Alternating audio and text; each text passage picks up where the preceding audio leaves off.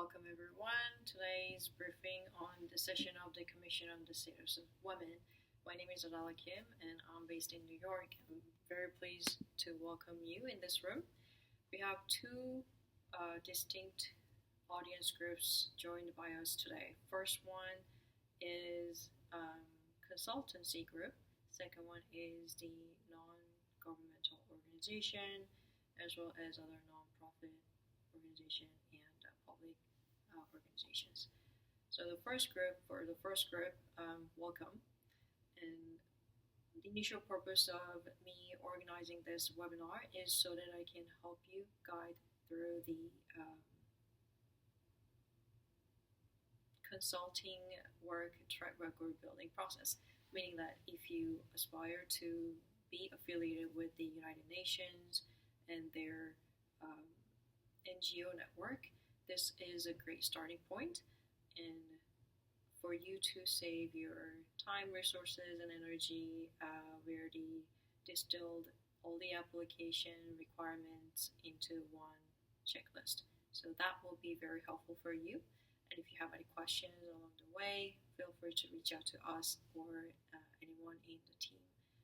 In case you haven't been assigned by our account contact point or manager, feel free to let us know. The second group is NGO network. So within that NGO network, we have two segmented groups. The first group is the new entrants. The second one is those who were omitted from the existing system. Maybe they were late on latest report submission or maybe some other issues. So those are the audience of the webinar today. For the first part, for consultants, for you to have a background information about this status of women or the Commission on Status of Women, it started back in June 1946. However, the actual advocacy started in 1996, which is way later. In addition to the significant implementation of the Beijing Declaration and Platform for Action. So since this shift, moving the Commission from observation to active mainstreaming of gender perspectives across all UN activities, the CSW has been holding 2-week session in New York City in the UN headquarters. And the reason why we're having this conversation is so that you know, once you're qualified and accredited as consultative status, you can participate in this annual 2-week session along with member states, other UN entities, as well as civil society organizations gather to address this implementation gaps. In addition to that, as a result, there is an annual publication summarizing the outcome of this annual 2-week meetings. So that's the benefit of, and perhaps the reason why some of your applications are in process. So for the second group, for the NGOs in the room and the leaders of the NGOs, we all know that official UN certification is a social proof for your budgeting, meaning that for you to go back to your donors and governmental agencies for grants to fund your projects, this is a differentiator for you because it's an international partnership or affiliation, and that can translate into your contract value terms. So it matters.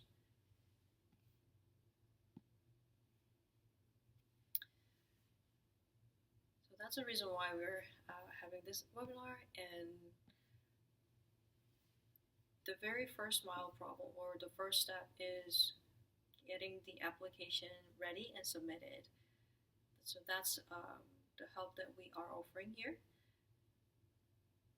The guideline is quite clear because there are word count limits, like for general consultative versus special consultative status. The word count limits differ, and there are two different strategies for the NGOs who are new entrants and those who got omitted and want to re-enter.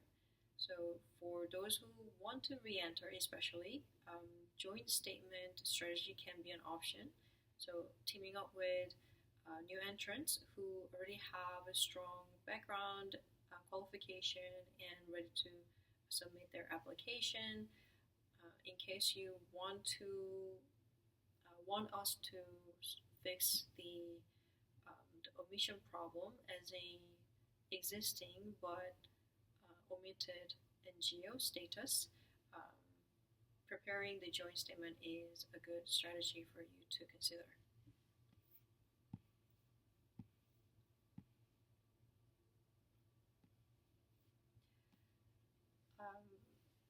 Let's not forget that written communication is essential for any consultant or any non-governmental organization leaders. So for those who don't know yet, these annual meeting results are consolidated and published on an annual basis in 6 official UN languages, meaning in English, Spanish, Mandarin Chinese, Arabic, French, and Russian. So remember, the editorial style and keeping your written communication neat is beneficial for you to become a good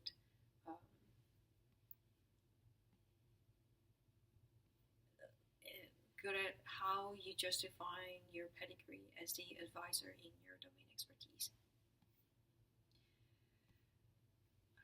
To close this webinar briefing, the real work is just the beginning because after your application submission, there will be a timeline to follow up, and on the week of the webinars, on the week of the commission on the status of women in New York City, there will be a lot more meetings and sessions that will benefit your organization as well as your consultative status.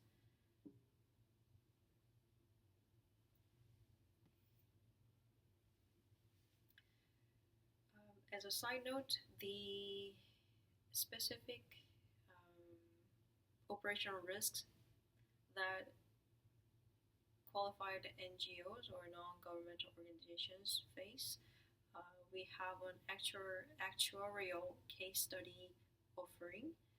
So if this can be an option for you to audit and assess your risk profile per project or on the organizational level, feel free to reach us. Our team of experts will handle the template formatting and other risk audit processes, and it will be another consulting session that you can follow on.